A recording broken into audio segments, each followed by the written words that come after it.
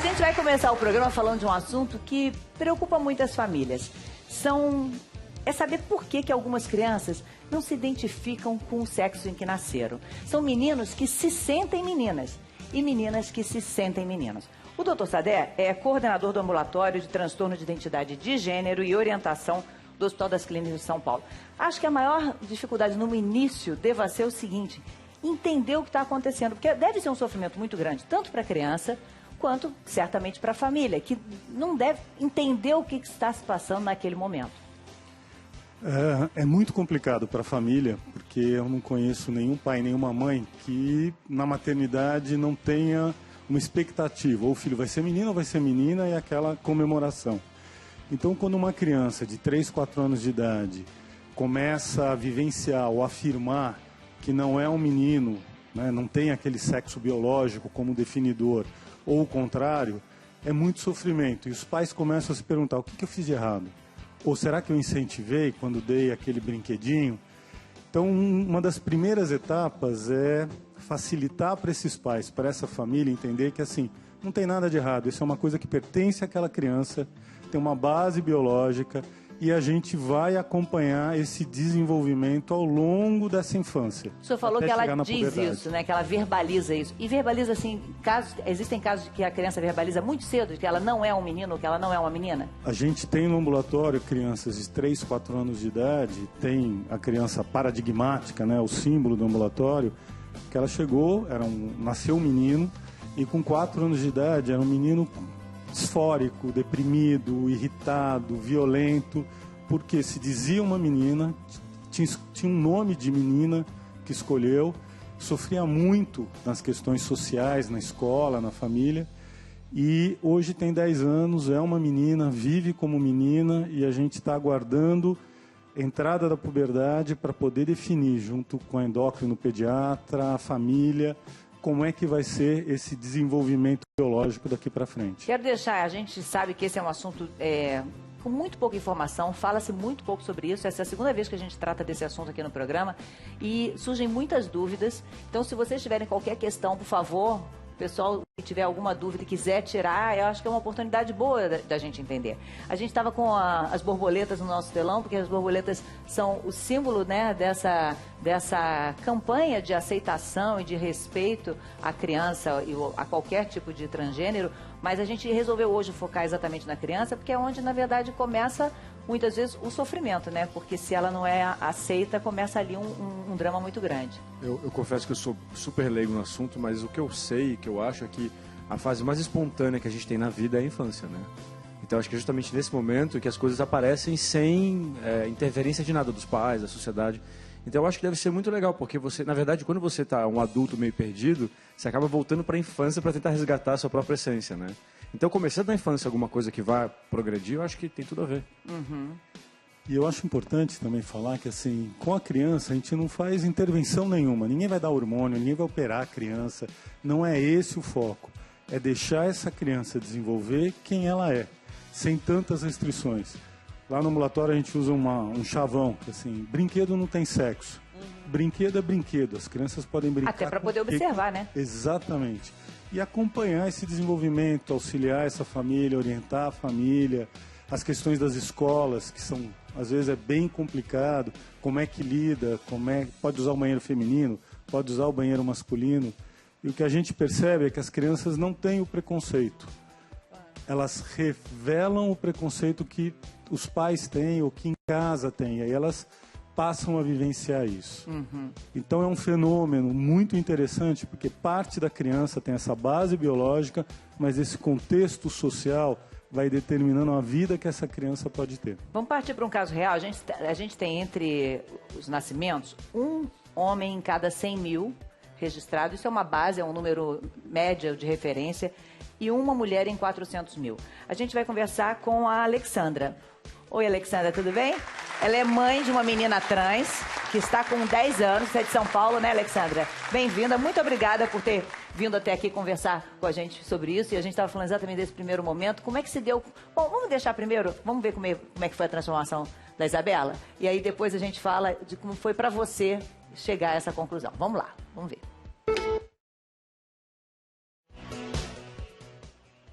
Só um minutinho que a gente deu um probleminha com o VT, já vai voltar já.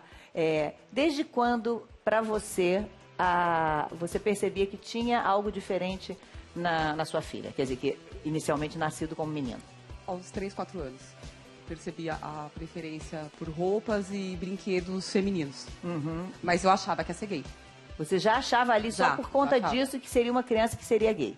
Sim. Vamos ver como é que foi a historinha dela primeiro. Quando eu nasci, meu nome era de menino, mas eu não gostava muito. Eu odiava. Quando eu era bem pequena, eu usava as maquiagens da minha mãe, mas ninguém podia saber disso. Um dia ela descobriu.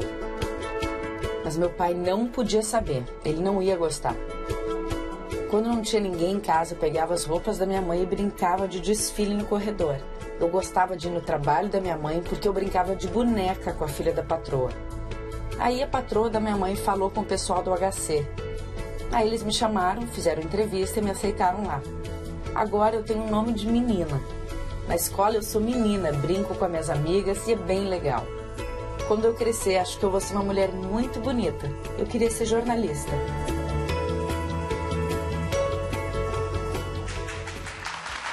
Alexandra, essa é uma história que você já conhece muito. E por que você se emocionou tanto ao ouvir? Eu acho que eu demorei demais para descobrir o sofrimento que ela sentia de ter que viver como menino, se vestir como menino. E apesar de eu deixar brincar com as maquiagens, não percebi o sofrimento que ela vivia dentro de casa e na escola. E como é que isso, em que momento você começou a perceber que a coisa era muito séria e que estava tornando a sua filha muito infeliz? Não tinha amigos. Não tinha amigos, não interagia, não saía de casa, era uma criança agressiva. Se machucava e começou, eu não sou um menino, eu não quero ser um menino, e eu não entendia. E foi quando a gente chegou no HC que as coisas ficaram mais claras, tanto para mim quanto para ela. E de lá para cá é outra criança, assim, é uma criança feliz, é uma criança que tem amigos, é uma criança que interage, que era uma coisa que não existia antes. Nessa nova escola, ela já assumiu a identidade de menina. Isabela. Já chegou como Isabela. E aí foi muito mais fácil para ela. Bem mais tranquilo. Que assim, vai com roupa de menina, uniforme de menina, então a vida ficou mais fácil para ela. Doutor, é bonito ela ver essa emoção, mas, de outro lado, ela disse assim, uma frase ali, eu pensei que ele seria gay. Há uma confusão muito grande entre a identidade de gênero, ou seja, a identidade que você nasceu, e a orientação que você vai ter depois, né? Sim. Uma coisa é você se definir como homem ou mulher. Outra coisa é quem você elege para uma atividade sexual. A identidade de gênero, ela se refere ao ser homem ou mulher. Gênero, como diz a língua portuguesa, é masculino ou feminino. Eu posso ser um homem feminino, um homem masculino, uma mulher masculina, uma mulher feminina. E a sexualidade, a orientação sexual, diz respeito com quem eu quero exercer a minha sexualidade. Eu posso ser um homem que elejo um homem, elejo uma mulher, elejo os dois, elejo tudo, que agora o termo pansexual, né, está entrando como uma das orientações. Ou nenhum, não elejo ninguém, eu sou assexuado. Agora, a história da Isabela é muito bonita, e principalmente a história da Alexandra. A evolução dela, o sofrimento de ter diminuído, e para a gente é muito interessante vê-la hoje aqui bancando a Isabela. E foi uma dificuldade para ela no grupo de pais, e hoje, e assim, uma coisa importante, a Isabela é uma criança que já tem 10, 11 anos de idade, ela não tem 3, 4 anos. Então ela poder viver como menina e evidenciar isso e usufruir disso é diferente de uma criança muito pequena, que ainda vive num universo de fantasia. Desculpa, Fátima, começou com, identificou com 3 anos. 3 anos, ela... Mas só foi realizar, desculpa que eu não entendo mesmo, quando que ela começou a ser tratada como... Vai num crescendo, aí depende dos pais. Se autorizam, se não autorizam, se permitem, se não permitem. É toda uma decisão familiar que vai sendo tomada, médicos e família juntos, né? E a criança. Porque tem crianças pequenas que ficam transitando. Hoje eu sou menino, amanhã eu sou menina, e aí vai se definindo e vai. Nosso papel não é dizer para ninguém, você vai ser menino, você vai ser menina. A gente não decide nada. A criança vai mostrando para os pais e para a equipe como um todo quem ela é. A gente só respeita isso. E muitas crianças não têm essa questão. Tem a maioria não tem essa questão, mas as que tem, né, Mariana? E a gente vê o sofrimento, porque ainda hoje tocá-la tão fortemente, né? Eu fiquei bastante emocionada também, porque quando eu soube qual era o tema, eu vim pensando bastante, eu pensei que acho que o mais importante é tirar essa culpa dos pais. Né? É tirar essa ideia de que alguma coisa aconteceu errado, ou eu incentivei, ou eu fiz. Não! O mais importante você fez, que foi identificar, que foi levar, que é acompanhar e que é bancar a sua filha. Né? Então, a gente tem que tirar, porque a gente, sei lá, eu não tenho filhos, mas tenho um sobrinho. Acho que as pessoas, quando têm filhos, têm esses projetos, né? Os projetos, que é como se você comprasse um produto. Ele vai funcionar assim. Isso em relação a tudo, e a né? tudo, né? A absolutamente tudo. A orientação sexual, a profissão, a tudo. O que vai ser na sociedade. Eu comprei ele vai funcionar assim. Não, ele não vai funcionar do jeito que você quer. Ele vai funcionar do jeito que ele é. E aí você observar isso e você amar acima de tudo, né? Acho que isso é uma das provas de amor mais fortes que tem, assim. Falar uma coisa que, assim, os pais sofrem muito também pelo entorno, pelo social. Porque as pessoas culpam muito os pais. Você incentivou, não incentivou? Faltou você fazer isso, faltou... Você tentou isso, né? Exatamente. E não é uma questão que dependa especificamente do pai fazer isso, o pai fazer aquilo. Às vezes a gente orienta, um pai que é mais omisso, participar com aquele filho, mostrar que o universo masculino pode ser interessante, ou o contrário, o universo feminino pode ser muito bonito, muito legal, mas assim, é a criança que vai se definir. Não são os pais, não é a sociedade, não somos nós que vamos dizer, você tem que ser isso. Porque o que ela disse, uma criança agressiva, triste, deprimida, que adulto seria ele, né? E que no frigir dos ovos, a maior dor possível seria fazer essa criança viver longe da sua própria essência, né? Acho que não teria dor maior do que alguém que vive longe da sua própria realidade do que da sua essência. Ou para viver a sua essência tem que ficar longe da sua família, por exemplo. Né? Olha, agora outra tristeza. Né? Vou trazer uma convidada que tem uma história super bacana, que é a Renata e o pai dela, o Marco Antônio, para chegar para cá. Por favor, sentem aqui. Essa história também me deixou muito... Eles também são de São Paulo. O Marco Antônio não é o pai biológico, mas é seu pai desde que idade? Tá tudo... Meu pai, ele desde que eu estava na barriga da minha mãe, ele já é o meu pai. Uhum. E sem ele, eu não estaria aqui. Então, é meu pai para a vida, assim, para tudo. Ele conheceu minha mãe quando eu tinha 6 meses, estava na barriga da minha mãe ainda. E tá aqui, comigo, do meu lado. Não, e deve ter sido difícil para você também, né, Marco Antônio, no início? Foi, com certeza foi muito difícil. Porque você tem uma proposta, né? Praticamente, para que aquela pessoa desenvolva alguma coisa dentro do que ela é, do que parece ser, né? Que parece ser, exatamente. Entendeu? Então, você trabalha com roupa, educação, brinquedos, tudo num segmento dirigido para o gênero masculino, né? E depois a coisa vem aparecendo e você... A princípio não sabe muito bem o que fazer, né? Só que no caso dela, nós deixamos ela acabar se declarando e foi acolhida pela família, e onde prevaleceu o principal, que é o amor, né? E preservar os valores principais do ser humano, que é honestidade, caráter, personalidade, conhecimento. Você encontra tudo isso na sua filha? Eu encontro. Eu encontro. E vocês acham que essa parceria, você também encontra todo esse apoio que ele disse no seu pai hoje, porque sua mãe já não é mais viva, né? Minha mãe faleceu quando eu tinha 13 anos. Foi quando eu realizei mesmo, eu exteriorizei o que estava dentro de mim desde os meus 5, 6 anos. E eu fico feliz de ver ele falando, porque para mim ele é a base de tudo, né? Minha família, os meus amigos, por eu estar aqui, enfim, sem ele, quando eu olho ele e quando ele fala de mim, as pessoas falam, Renata, eu tô chorando ouvindo seu pai. Eu falo, gente, espero eu ter essa iluminação que ele tem hoje em dia, sabe? Porque é uma pessoa que o amor e o respeito foi essencial em tudo, sabe? Então, não tinha a coisa da definição sexual, da opção, da orientação. Era a filha, o filho, enfim, sem gênero definido. É muito interessante vocês falarem disso. A gente pode ter um pouquinho da ideia do sofrimento que vocês passam, porque desde que a gente anunciou ontem que a gente ia tratar desse tema, é uma chuva de comentários dos mais variados. As pessoas têm muita dificuldade de entender e acham que se elas não falarem sobre isso, nada vai acontecer. E, infelizmente, não é mesmo assim, né? A gente tem que falar sobre isso, e quanto mais a gente falar sobre isso...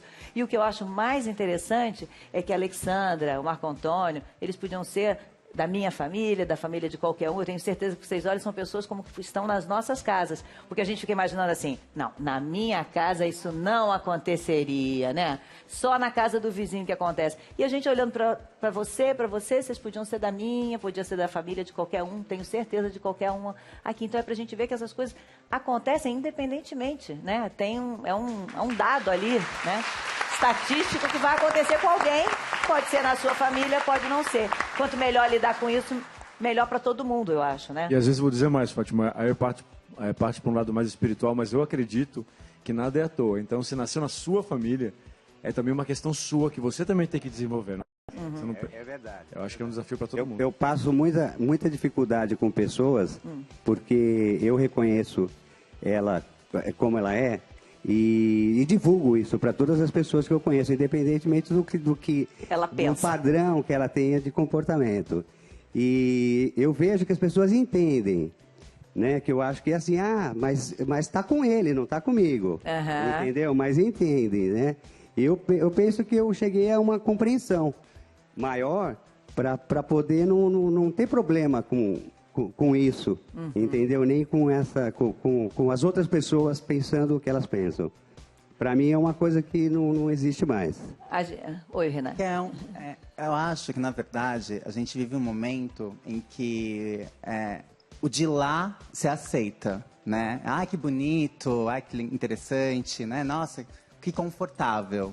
Porque é politicamente correto você falar sobre isso, né? Mas quando aquilo vem, nossa...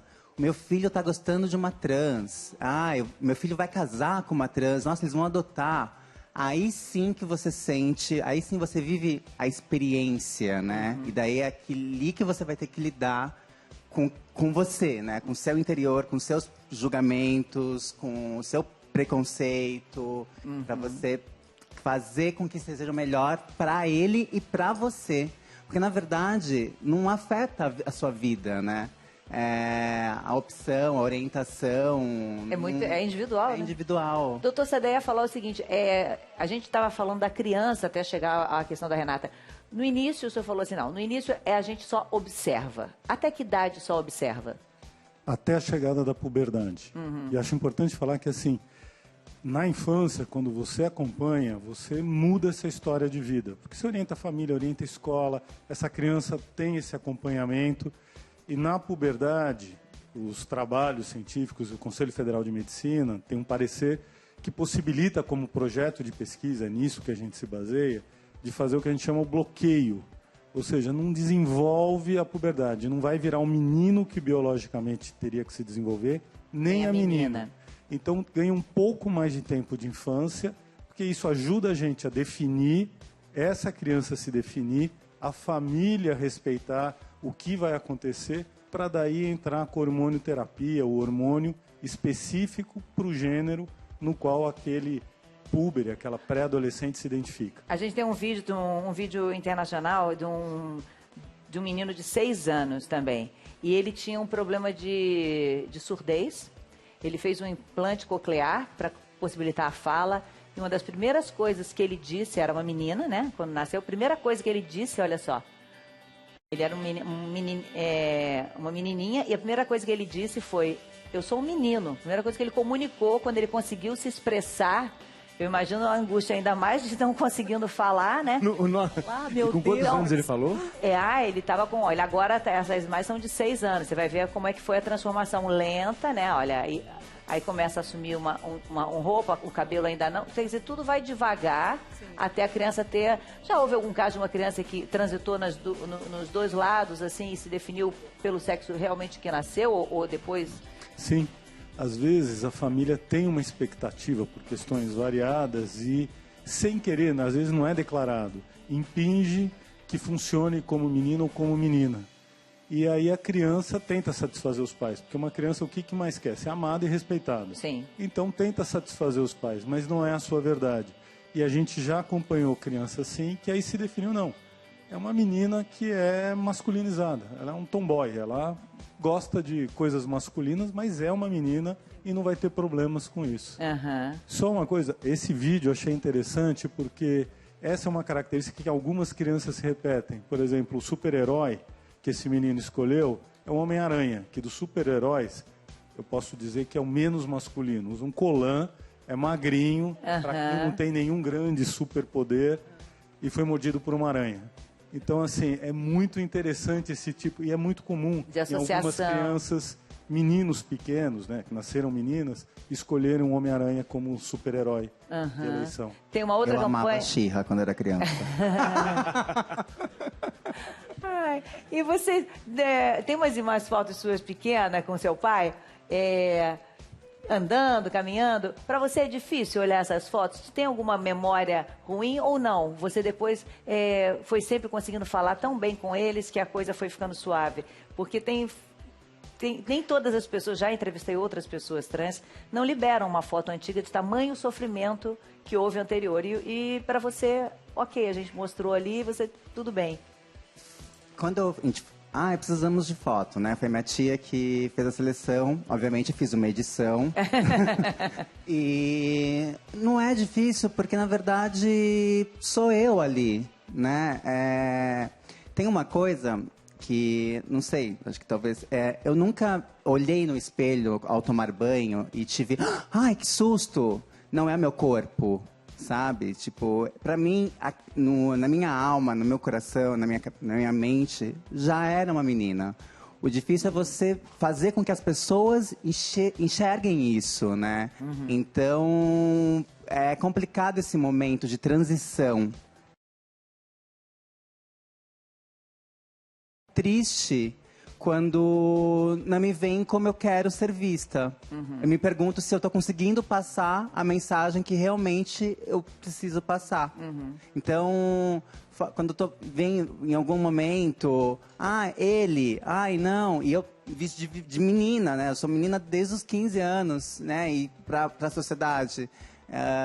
E hoje em dia, às vezes, eu passo por momentos do tipo, ô Renata... As pessoas têm esse lado, né? Porque elas mesmas não sabem. Às vezes não é um preconceito, é uma certa ignorância ou não saber lidar com a situação. Mas, em geral, o preconceito vem da ignorância mesmo, né? Da falta de conhecimento. A ignorância por isso que é tão importante falar, é por isso que é importante estar aqui, é por isso, né, que a gente tem que falar disso. É importante dizer que hoje a sua menina está bem, tá na escola, está aprendendo, está se desenvolvendo, está feliz. E vendo ela feliz, você vai ficando feliz, né? A gente lançou, só para a gente orientar quem está em casa, a partir de que idade o Hospital das Clínicas, por exemplo, recebe e acompanha crianças? 3, 4 anos de idade, a gente recebe os pais, que a criança não busca sozinha, são os pais que trazem, o que já é uma noção de que eles estão percebendo alguma coisa diferente, eles se preocupam com esse filho. Então, a partir de 3, 4 anos de idade, a gente recebe as crianças. Hoje a gente lançou um desafio diferente para o Braulio. Para o nosso Poesia com Rapadura. Toda semana ele escreve um texto referente a um dos temas. Em geral, um cordel. Hoje ele disse para mim, Fátima, hoje não fiz cordel não, hoje fiz uma poesia mesmo, né? Para a gente apresentar. É um pensamento em forma de poesia. Vamos ouvir então, vamos lá, vamos para o nosso pensar. A nossa Poesia com Rapadura. Já está lá preparado, Braulio. Eu acho que vocês vão gostar. Vamos ver.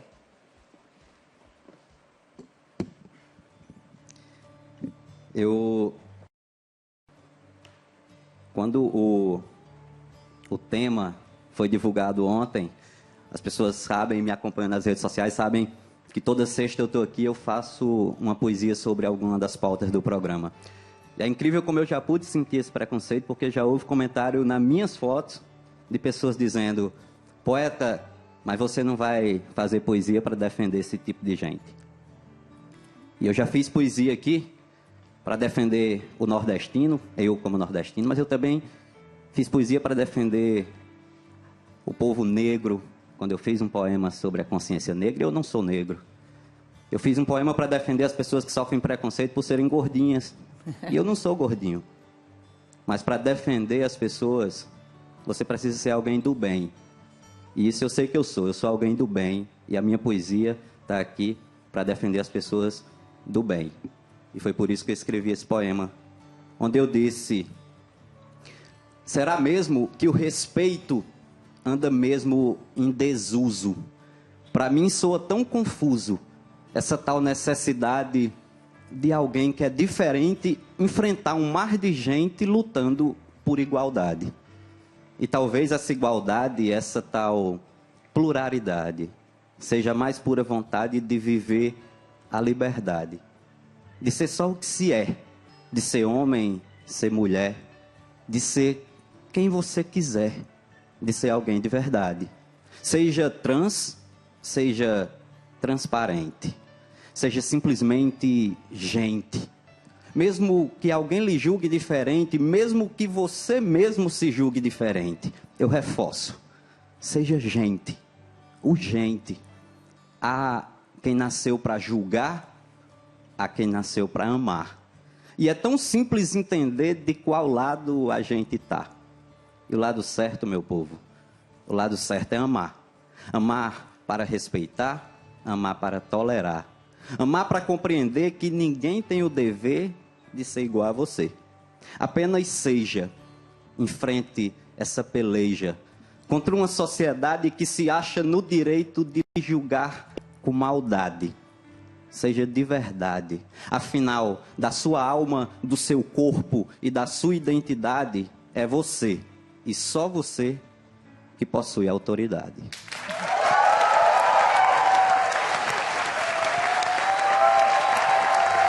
Lindo. Obrigada, Braulio. Acho que você disse por todos nós, né? Muito lindo. Por favor. Ele falou por todos, né, doutor Cedé? Falou, fiquei emocionado. É, porque é muito lindo, parabéns. E é muito verdadeiro, né? Muito verdadeiro. Muito bom. Que bom que a gente pôde conversar sobre esse assunto mais uma vez. Voltaremos a esse assunto outras vezes, porque vai ter sempre um pouquinho mais pra gente falar, né? Muito obrigada pela presença de vocês, viu? No próximo bloco a gente vai saber. Insistir demais ajuda ou atrapalha na hora da conquista? O Marcos lá do BBB acredita na insistência para conquistar a Emily. Será que ele tá certo? E você? Não sai daí, não.